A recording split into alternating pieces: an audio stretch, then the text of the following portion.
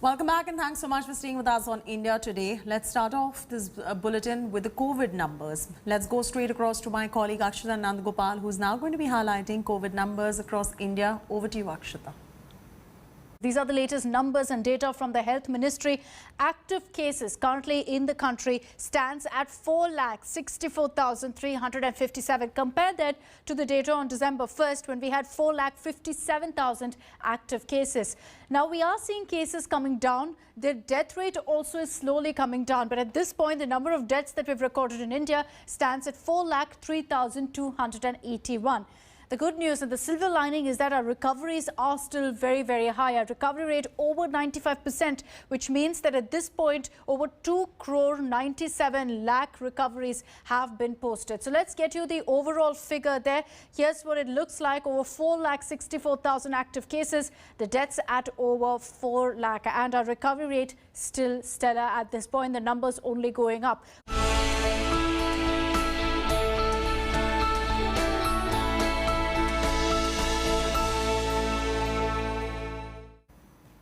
The wait for Pfizer mRNA vaccine may continue in India. Sources have revealed that India today that American drug maker is yet to apply for emergency use authorization in India.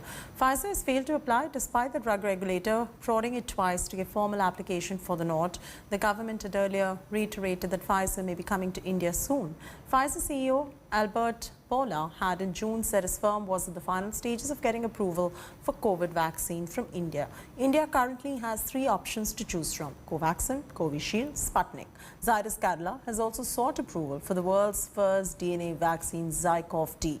Moderna mRNA vaccine that has got emergency use nod is expected to reach India soon. Both Moderna and Pfizer shots have been the mainstay of vaccination programs in the West.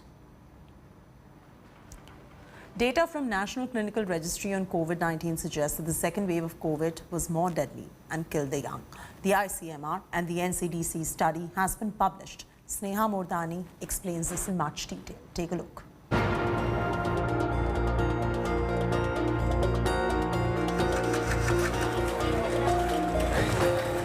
It's now official. The second wave of the COVID-19 infection took a heavier toll on the life of people, especially those in younger age groups. A comparative study done by the Indian Council of Medical Research and the National Center for Disease Control has found that the second wave saw a significantly higher proportion of people complaining of shortness of breath, a higher number of acute respiratory distress syndrome, heavy need for supplemental oxygen and mechanical ventilation, and also mortality significantly increased in all age groups except in those under 20. In second wave, I can say that, the above 40 years, lots of patients were seen, and most of them were having severe ARDS, acute respiratory distress syndrome, and were requiring high oxygen support. I saw lots of patients from 25 to 45 age group landing onto ventilators. More younger people with less comorbidities died as mortality rose in the second wave. Doctors say the high number of deaths can be attributed to the poor rate of vaccination. The majority of patients affected were young and mobile, and especially unvaccinated individuals, largely the 20 to 50 age group. In this age group, the ones that had the most serious disease were with comorbidities like diabetes, obesity, heart disease, etc. The government is on record to say that the system was completely overwhelmed, and that's the reason why COVID-19 deaths increased in the second wave. In fact, this report also from the Indian Council of Medical Research clearly says that the explosive nature of the second wave led to a large number of hospitalizations during a short span of time. The question is whether we will learn any lessons from the mistakes of the past. In New Delhi, Sneha Mordani for India Today. There is no end to the mad rush in North India's hill stations. It seems that people have learned no lessons from the lethal second wave that wreaked havoc. With cases now coming down in most states' east curbs, popular hill stations like Manali, Shimla, Solan, Chamba are witnessing huge influx of tourists, resulting in overcrowding and traffic congestion and non-availability of hotels. A huge crowd gathered at Manali's famous Mall Road but no lessons learned. Many people can be seen without masks and brazenly flouting COVID protocols. 100% occupancy is being registered in Dalhousie hotels during weekends. It was 2 months back.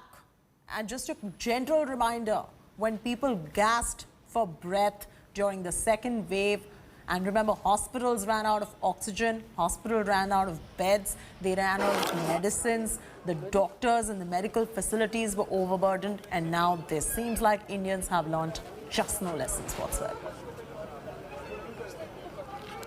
A crowd of tourists here on Shimla's Mall Road. So this is not the condition here in Shimla only. If you go to other tourist places, be it Dharamshala, be it Kullu Manali, we will witness similar crowds there.